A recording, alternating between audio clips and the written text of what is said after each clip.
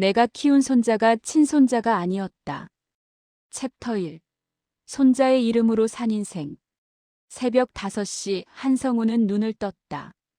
78세의 몸은 이제 오래 자는 것조차 허락하지 않았다. 무릎이 쑤시고 허리가 뻐근했지만 그는 침대에서 일어나 부엌으로 향했다. 냉장고를 열자 어제 장본 재료들이 가지런히 정리되어 있었다. 민준이가 좋아하는 계란말이를 만들어야 했다. 가스레인지 앞에 서서 프라이팬을 달구는 동안 성우는 문득 아들 생각이 났다. 아빠, 저 계란말이 정말 좋아해요. 30년 전 어린 아들이 했던 말이었다. 그때도 성우는 이렇게 새벽에 일어나 아들의 도시락을 싸주곤 했다. 세월이 흘러 이제는 손자의 아침밥을 차리고 있었다. 계란말이가 노릇하게 익어가는 동안 성우는 거실로 나가 민준의 방문을 조심스럽게 열었다. 16살 손자는 이불을 뒤집어 쓴 채 깊이 잠들어 있었다. 성우는 미소를 지으며 문을 닫았다. 밥상을 차리고 나서 성우는 거실 소파에 앉아 통장을 꺼내 들었다. 평생 모은 돈, 아들이 남긴 보험금, 그리고 작은 집 한 채. 이것이 성우가 가진 전부였다. 그는 민준의 대학 학비를 계산했다. 좋은 대학에 보내려면 학원비도 더 필요했다. 할아버지, 일어나셨어요? 민준이 방에서 나오며 눈을 비볐다. 교복을 입은 손자의 모습에 성우는 또 한 번 미소를 지었다. 응, 아침 먹어라. 계란말이 해뒀다. 고마워요, 할아버지. 민준은 밥상 앞에 앉아 숟가락을 들었다. 성우는 손자가 밥을 먹는 모습을 바라보며 생각했다. 이 아이만큼은 행복하게 해주고 싶다고. 자신이 겪었던 고생은 이 아이에게 물려주고 싶지 않다고. 할아버지는 안 드세요? 나는 조금 이따 먹을게. 너 학원비 챙겨야지. 성우는 지갑을 꺼내 5만 원권 지폐 6장을 꺼냈다. 민주는 잠시 머뭇거리다가 돈을 받았다. 할아버지, 병원은 다녀오셨어요? 지난주에 가신다고 하셨잖아요. 아, 그거. 다음 주에 갈 거야. 별일 아니니까 걱정 마. 사실 성우는 석 달째 병원을 미루고 있었다. 무릎 통증이 심해져서 의사가 정밀 검사를 받아보라고 했지만 병원비가 아까웠다. 그 돈이면 민준의 참고서 몇 권을 더 사줄 수 있었다. 민준이 학교에 간 후 성우는 홀로 남은 집안을 천천히 돌아보았다. 거실 벽에는 가족 사진이 걸려 있었다. 아들의 결혼식 사진, 민준의 돌잔치 사진, 그리고 작년에 찍은 민준의 고등학교 입학 사진. 며느리는 사진 속 어디에도 없었다. 그녀는 민준이 5살 때 집을 나갔다. 남편이 교통사고로 세상을 떠난 지 1년 후였다. 장례식장에서도 제대로 울지 않던 그녀는 보험금 정산이 끝나자마자 짐을 싸서 나갔다. 시아버지, 저는 더 이상 못 버티겠어요. 아이는 제가 키울 수 없어요.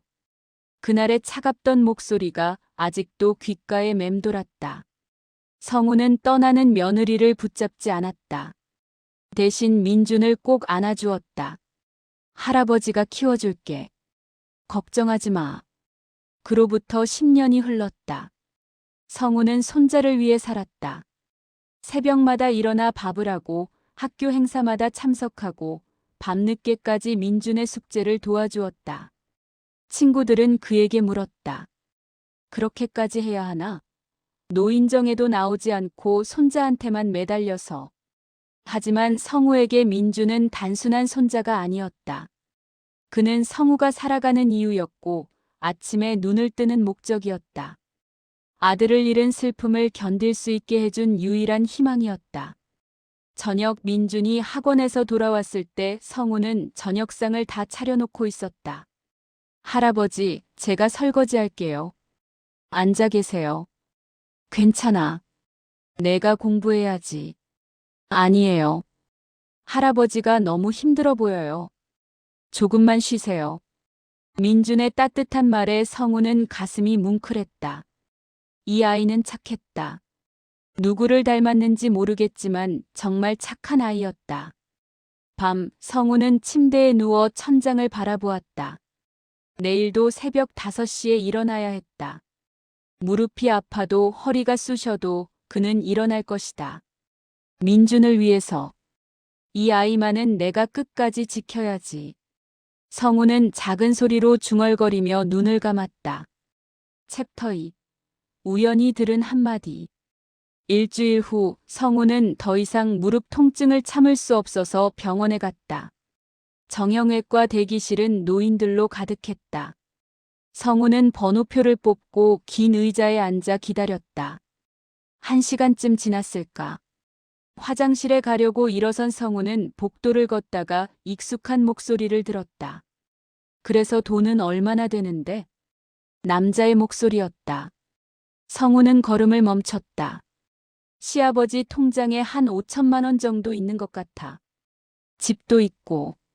다 합치면 2억은 넘을 거야. 그 목소리는 며느리 수진의 것이었다. 성우의 심장이 빠르게 뛰기 시작했다. 그는 복도 모퉁이에 몸을 숨기고 귀를 기울였다. 그 노인네 건강은 어때? 나이가 78이니까 이제 얼마 안 남았을 거야. 요즘 무릎도 많이 안 좋다고 하더라. 그럼 유언장 같은 거 쓴 건 없어? 아직 없는 것 같아. 그 양반이 그런 것까지 생각할 머리가 어딨어. 평생 공장 다니다가 은퇴한 사람인데. 성우는 숨이 막혔다. 며느리가 자신의 죽음을 기다리고 있었다. 재산을 노리고 있었다. 근데 진짜 괜찮은 거야? 그의 아버지가 누군지 시아버지는 아직도 모르잖아. 순간 시간이 멈췄다. 성우의 머릿속이 하얘졌다. 귀에서 윙윙거리는 소리가 들렸다. 심장이 내려앉는 느낌이었다. 쉿, 조용히 해. 누가 들으면 어떡해. 어차피 15년이나 지났는데 이제 와서 뭘 어떻게 하겠어. 그 노인네는 민준이를 친손자인 줄 알고 키우고 있잖아. 그래도 만약 알게 되면. 알 리가 없어. 증거도 없고 나도 절대 말 안 할 거니까. 두 사람의 웃음소리가 복도에 울렸다. 성우는 벽에 기대서야 겨우 몸을 지탱할 수 있었다. 다리에 힘이 풀렸다. 숨을 쉬기가 힘들었다. 간호사가 다가와 물었다. 할아버지 괜찮으세요? 안색이 안 좋으신데. 아니. 괜찮습니다. 성우는 겨우 대답하고 대기실로 돌아왔다. 하지만 앉아 있을 수가 없었다. 그는 진료를 포기하고 병원을 빠져나왔다. 집으로 돌아오는 길, 성우는 멍한 상태로 버스에 앉아 있었다. 창밖 풍경이 흐릿하게 지나갔다. 머릿속에는 며느리의 말이 끊임없이 맴돌았다. 그의 아버지가 누군지 시아버지는 아직도 모르잖아. 민준이는 친손자가 아니었다. 자신이 10년 넘게 키운 아이가 새벽마다 밥을 해주고 학원비를 대주고 미래를 걱정해준 그 아이가 혈육이 아니었다. 집에 도착했을 때 민주는 아직 학교에서 돌아오지 않았다. 성우는 거실 소파에 털썩 주저앉았다. 벽에 걸린 가족 사진들이 눈에 들어왔다. 민준의 돌잔치 사진을 자세히 들여다봤다. 아들의 얼굴과 민준의 얼굴을 비교했다. 눈매가 달랐다. 코도 달랐다. 그동안 성우는 아직 어려서 그렇다고 크면서 닮아간다고 생각했었다. 하지만 지금 생각해보니 닮은 구석이 하나도 없었다. 성우는 민준의 방으로 들어갔다. 책상 위에는 참고서들이 쌓여 있었다. 벽에는 민준이 좋아하는 축구선수 포스터가 붙어 있었다. 침대 옆 선반에는 성우가 사준 야구공이 놓여 있었다. 할아버지, 이거 갖고 싶어요. 작년 여름 야구장에 갔을 때 민준이 했던 말이었다. 비싼 기념품이었지만 성우는 사주었다. 손자의 웃는 얼굴을 보고 싶었으니까. 성우는 침대에 앉아 고개를 떨어뜨렸다. 눈물이 흘러내렸다. 배신감, 분노, 슬픔, 혼란. 온갖 감정이 가슴을 짓눌렀다. 하지만 이상하게도 민준에 대한 미움은 생기지 않았다. 오히려 아이가 불쌍했다. 자신의 출생에 대해 아무것도 모른 채 살아가는 민준이. 현관문이 열리는 소리가 들렸다. 할아버지, 저 왔어요. 민준의 밝은 목소리였다. 성우는 서둘러 눈물을 닦고 방에서 나왔다. 왔구나. 학교는 어땠어? 좋았어요. 오늘 수학 시험 잘 본 것 같아요. 할아버지가 어제 알려주신 덕분에. 민주는 가방을 내려놓고 성우에게 다가와 안겼다. 성우는 손자의 등을 쓰다듬으며 눈을 감았다. 피는 아니지만 이 아이는 지난 10년간 성우의 전부였다. 그 시간들이 거짓은 아니었다. 함께 웃고 울고 살아온 시간들이. 그날 밤 성우는 잠들지 못했다. 천장을 바라보며 생각했다. 이제 어떻게 해야 할까? 진실을 확인해야 할까? 아니면 모른 척 살아가야 할까? 새벽이 밝아올 때까지 성우는 답을 찾지 못했다. 챕터 3. 피보다 깊은 정. 사흘 후 성우는 결심했다. 진실을 명확히 알아야 했다. 혹시 자신이 잘못 들었을 수도 있고 며느리가 거짓말을 한 것일 수도 있었다. 그는 조용히 유전자 검사 기관을 찾아갔다. 작은 건물 2층에 있는 검사소는 한산했다. 어떻게 오셨습니까? 직원이 친절하게 물었다. 친자 확인. 하고 싶습니다. 아, 네. 신분증하고 검사 대상자분의 검체가 필요한데요. 검체요? 네, 머리카락이나 구강 상피세포 같은 거요. 본인 동의 없이 검사하시는 건가요? 성우는 고개를 끄덕였다. 직원은 난처한 표정을 지었지만 성우의 간절한 눈빛을 보고는 절차를 설명해 주었다. 집으로 돌아온 성우는 민준이 학교에 간 사이 방으로 들어갔다. 베개에서 머리카락 몇 가닥을 조심스럽게 채취했다. 손이 떨렸다. 일주일 후 결과가 나왔다. 성우는 검사소에 혼자 찾아가 봉투를 받았다. 복도 의자에 앉아 봉투를 뜯는 손이 떨렸다. 결과지를 펼쳤다. 유전자 일치율 0%. 친자 관계가 아닙니다. 글자들이 흐릿하게 보였다. 성우는 한참 동안 그 종이를 바라보았다. 예상했던 결과였지만 막상 확인하니 가슴이 무너졌다. 그는 비틀거리며 일어나 밖으로 나왔다. 근처 공원 벤치에 앉아 하늘을 올려다봤다. 구름이 천천히 흘러갔다. 이상했다. 분노가 먼저 올 줄 알았는데 그보다 먼저 떠오른 건 기억이었다. 민준의 첫걸음마. 아장아장 걸어오던 2살배기 아이가 성우의 품에 안겼을 때의 그 무게감. 밤새 고열에 시달리던 민준을 간호하던 밤. 축축한 이마를 닦아주고 해열제를 먹이고 곁을 지켰던 그 시간들. 할아버지. 처음으로 말을 배워 자신을 부르던 그 목소리. 세상 무엇과도 바꿀 수 없던 그 순간. 초등학교 입학식 날. 너무 커 보이는 책가방을 메고 어색하게 웃던 민준. 성우는 그날 카메라를 들고 하루 종일 사진을 찍어줬다. 작년 여름 민준이 아팠을 때. 밤늦게까지 병원 응급실에서 기다리며 손을 잡아줬던 그 밤. 할아버지 무서워요. 괜찮아. 할아버지가 여기 있잖아.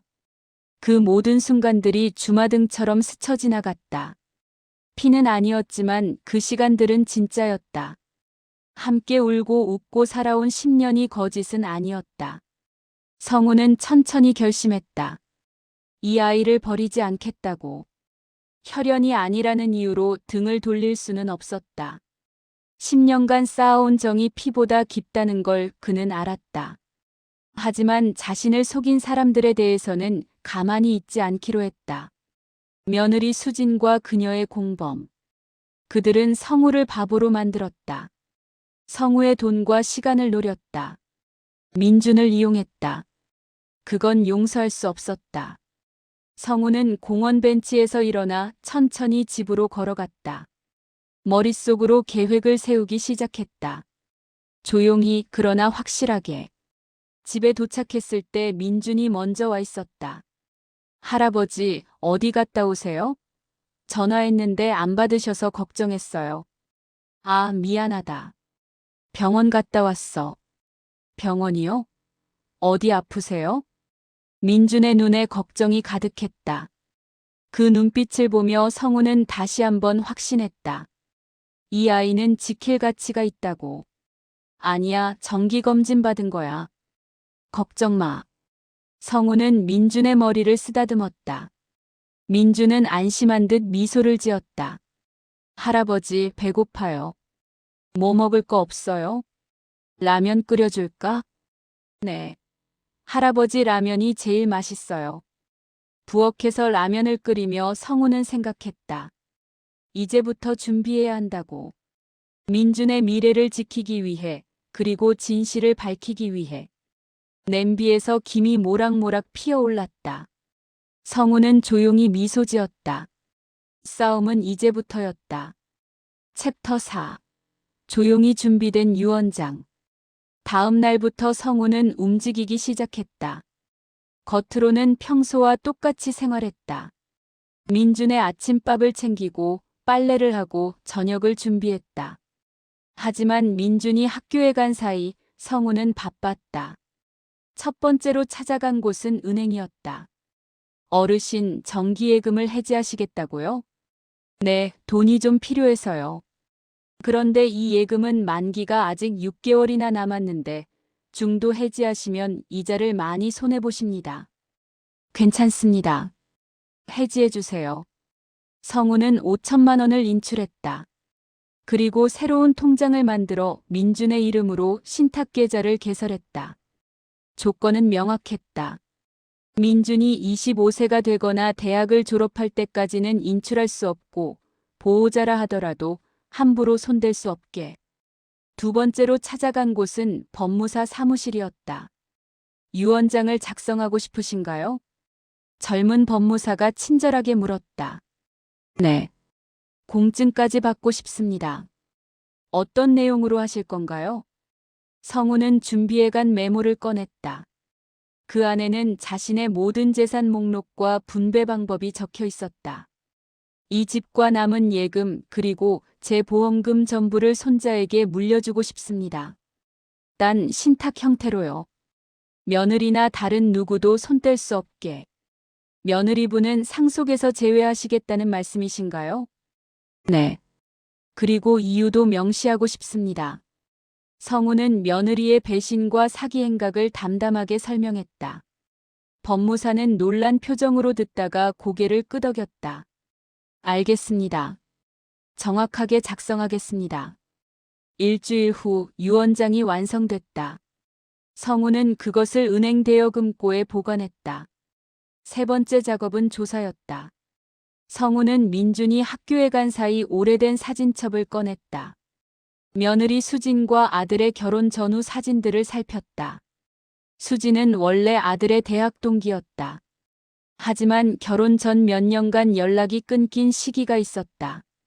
그때 수진이 무엇을 했는지, 누구를 만났는지 성우는 전혀 몰랐다. 성우는 오래된 주소록을 뒤졌다. 아들의 친구들 연락처가 있었다. 그는 몇몇에게 전화를 걸었다. 여보세요, 저 민수 아버지인데요. 혹시 수진 씨가 민수랑 결혼하기 전에 누구 만난 적 없었나요? 아, 그때요? 제 기억으로는 수진 씨가 잠깐 다른 회사로 이직했었던 것 같은데.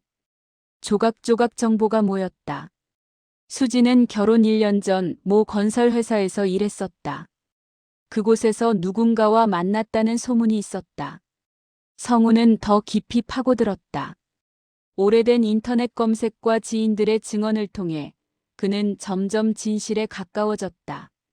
한 달이 지났다. 성우는 모든 준비를 마쳤다.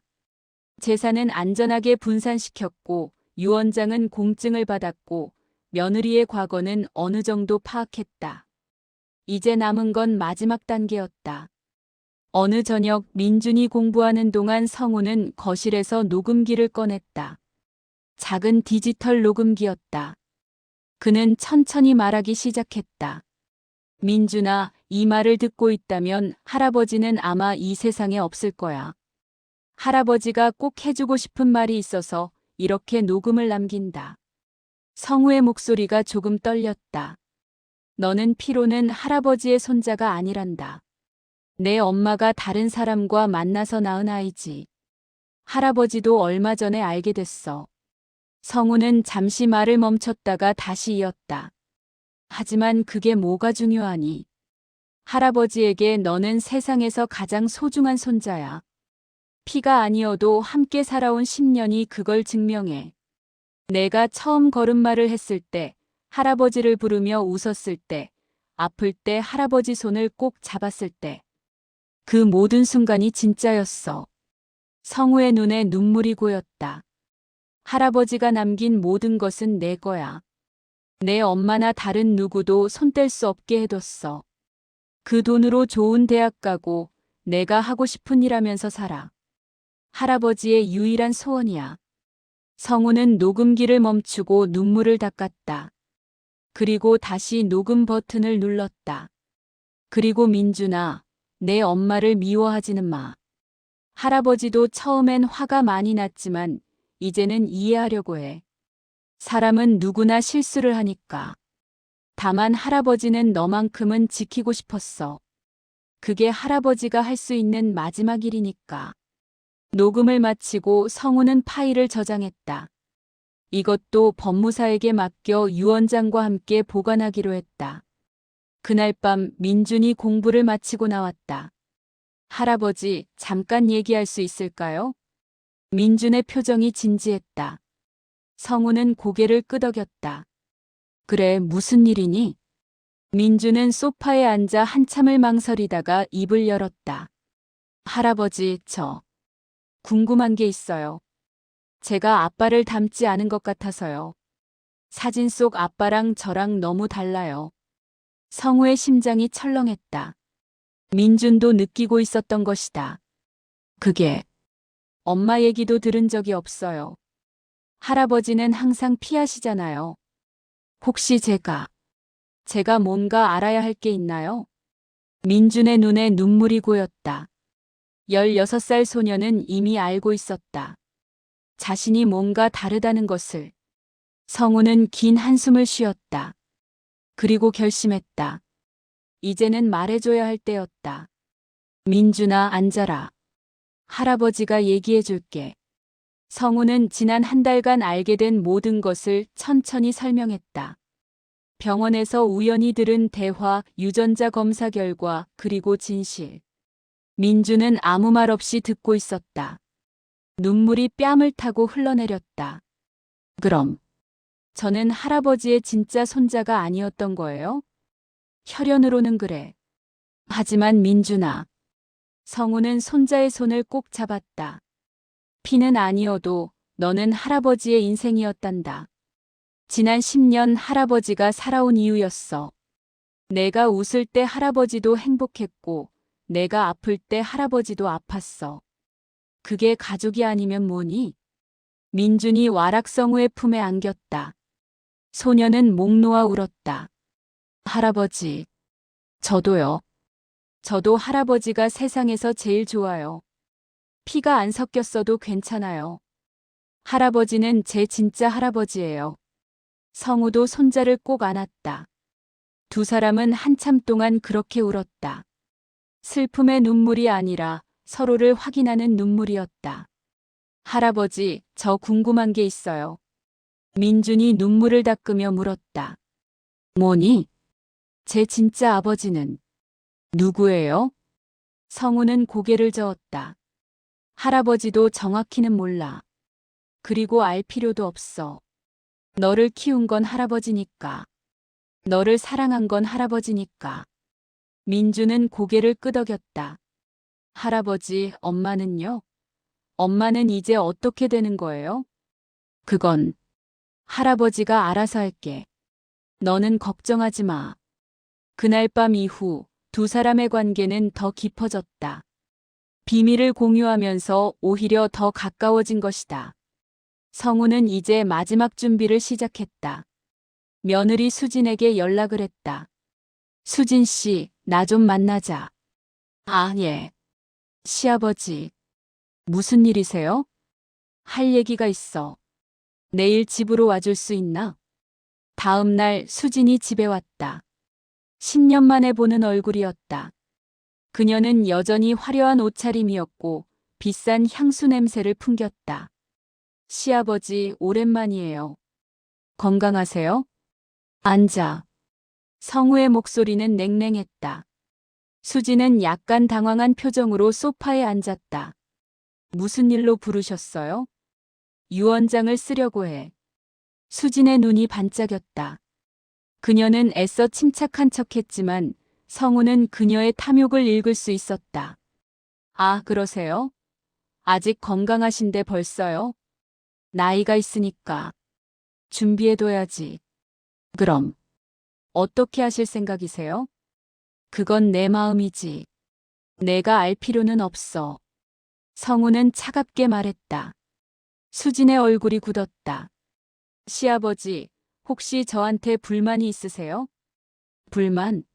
불만이야 많지. 손자를 버리고 도망간 것부터 시작해서. 그건 제가 어쩔 수 없었어요. 남편도 죽고 혼자 아이를 키울 자신이 없었어요.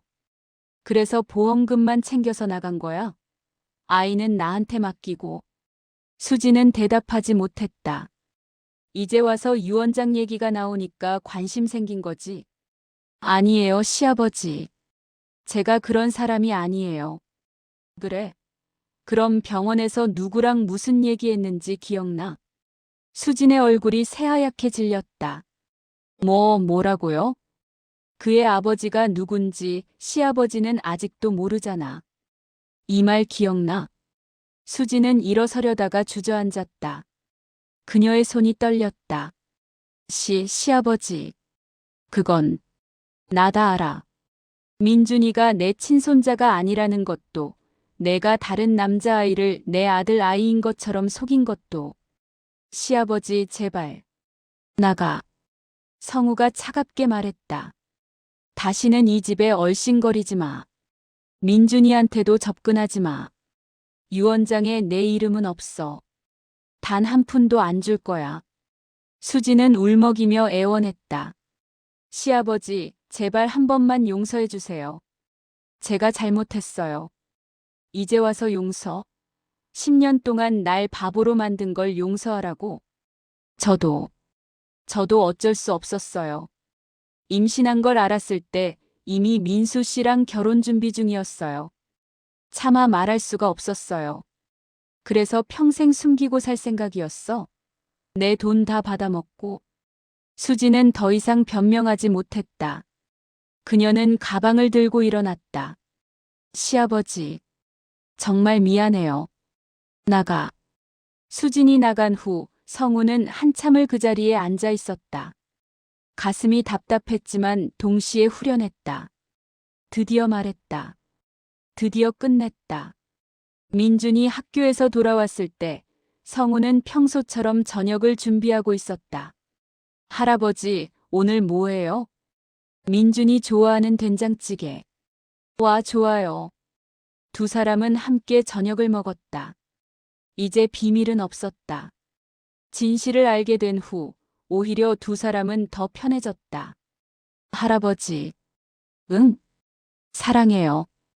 민준의 갑작스러운 고백에 성우는 미소를 지었다. 나도 사랑한다, 우리 손자. 챕터 5. 장례식 날 공개된 진실. 그로부터 6개월이 흘렀다. 성우의 건강은 급격히 나빠졌다. 무릎 통증이 아니라 더 큰 문제였다. 췌장암 말기였다. 의사는 길어야 석 달이라고 했다. 성우는 담담히 받아들였다. 오히려 시간을 벌었다고 생각했다. 민준과 진실을 나누고 유언장을 준비하고 모든 것을 정리할 시간을 가졌으니까. 할아버지, 병원 가요. 치료받아야죠. 민준이 울먹였다. 민준아, 할아버지 나이가 얼만데. 이제 편히 쉬고 싶구나. 싫어요. 할아버지 없으면 저는 어떡해요. 너는 이제 컸어. 혼자서도 잘할 수 있어. 할아버지가 다 준비해뒀으니까 걱정하지 마. 성우는 마지막 몇 달을 민준과 함께 보냈다. 함께 사진을 찍고 함께 산책을 하고 함께 밥을 먹었다. 매일이 소중했다.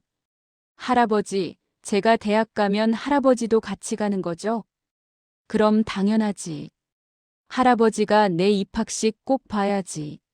성우는 거짓말을 했다.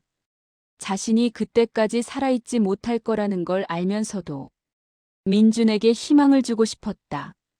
석 달 후 어느 추운 겨울날 새벽. 성우는 조용히 눈을 감았다. 민준이 잠든 사이 고통 없이 평화롭게. 민준이 아침에 할아버지 방문을 열었을 때 성우는 이미 차가워져 있었다. 할아버지, 할아버지. 민준의 비명이 집안을 울렸다. 장례식은 조촐하게 치러졌다. 성우의 친구 몇몇과 민준의 학교 선생님, 그리고 이웃들이 왔다. 수진도 나타났다. 검은 상복을 입고 눈물을 흘리는 척했지만 그녀의 눈은 다른 곳을 보고 있었다.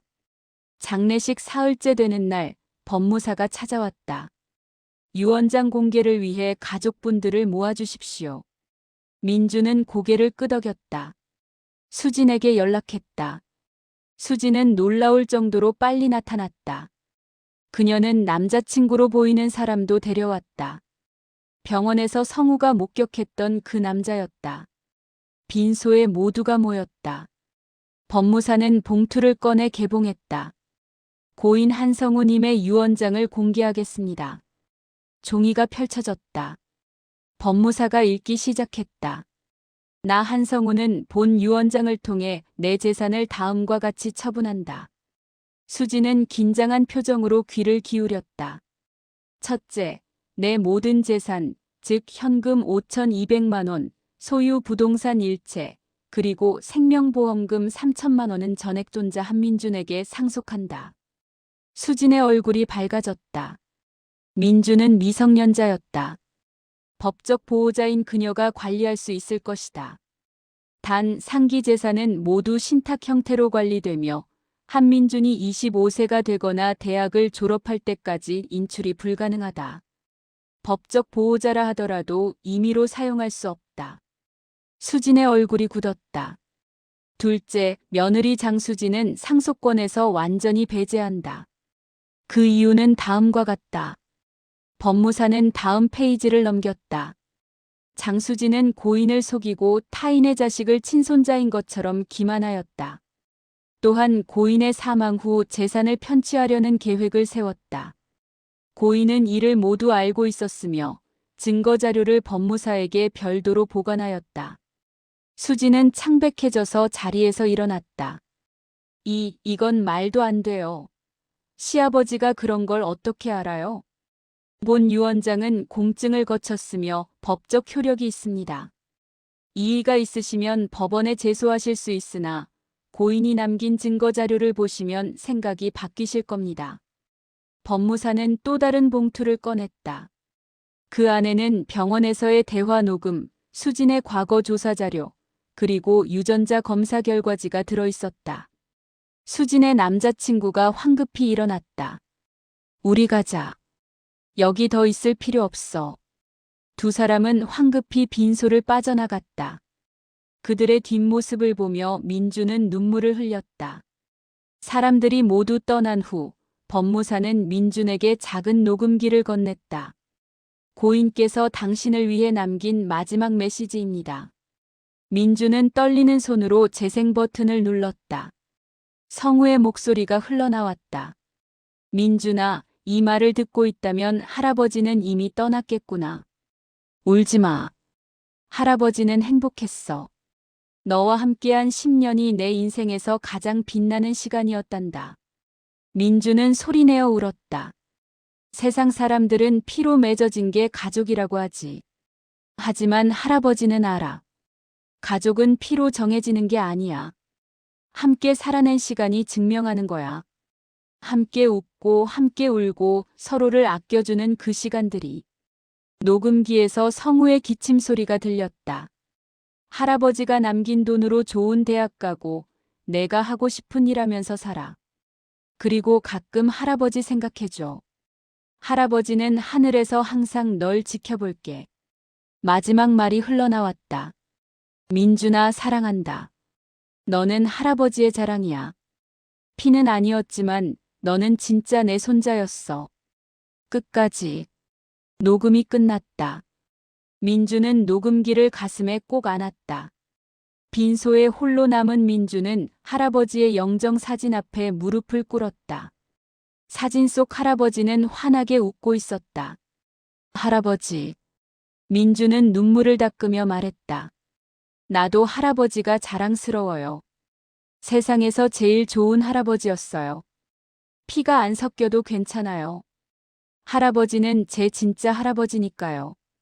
민주는 영정 사진을 바라보며 다짐했다. 할아버지, 저도 할아버지처럼 살게요. 할아버지가 가르쳐 주신 것처럼 진짜 가족의 의미를 잊지 않을게요. 그리고 할아버지가 지켜주신 이 삶을 저도 끝까지 지킬게요. 창밖으로 첫눈이 내리기 시작했다. 하얀 눈송이가 조용히 땅 위에 쌓여갔다. 민주는 일어나서 창문을 열었다. 차가운 바람이 들어왔지만 마음은 따뜻했다. 할아버지, 보고 싶어요. 정말 많이. 그는 손을 하늘로 뻗었다. 눈송이가 손바닥 위에 내려앉아 녹아내렸다. 하지만 괜찮아요. 할아버지가 남겨주신 사랑이 여기 있으니까. 할아버지가 가르쳐 주신 것들이 제 안에 있으니까. 민주는 미소를 지으며 다시 영정 사진을 바라보았다. 할아버지, 고마워요. 저를 손자로 받아주셔서. 저를 사랑해주셔서. 끝까지 지켜주셔서. 빈소에는 고요함이 흘렀다. 하지만 그 고요함 속에는 10년간 쌓인 사랑과 헌신, 그리고 피보다 깊은 정이 가득했다. 민주는 할아버지의 마지막 가르침을 가슴에 새겼다. 가족은 피로 정해지는 게 아니다. 함께 살아낸 시간이 증명한다. 그 말은 이제 민준의 인생을 이끌어갈 나침반이 될 것이었다. 장례식장 밖에서는 여전히 눈이 내리고 있었다. 새하얀 눈이 세상을 덮어가듯 할아버지의 사랑도 민준의 미래를 덮어줄 것이었다. 민준은 마지막으로 할아버지께 절을 올렸다. 할아버지, 편히 쉬세요. 저는 잘 살게요. 약속할게요. 그리고 그는 일어나 앞을 바라보았다. 앞으로 걸어가야 할 길이 보였다. 그 길은 험하고 외로울 수도 있었다. 하지만 민주는 두렵지 않았다. 할아버지가 남겨준 사랑이 함께하니까.